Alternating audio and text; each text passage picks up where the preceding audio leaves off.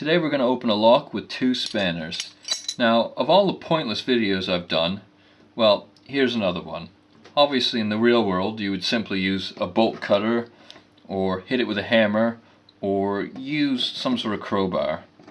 But let's put that aside for 1 second and pretend the bolt cutters are in here, the crowbar, the hacksaws, and the key, along with common sense, are locked in the toolbox.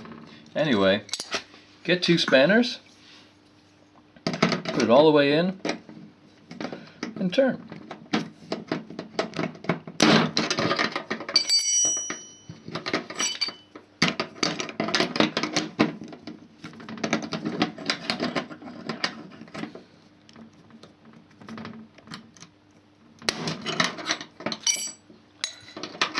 And there you go.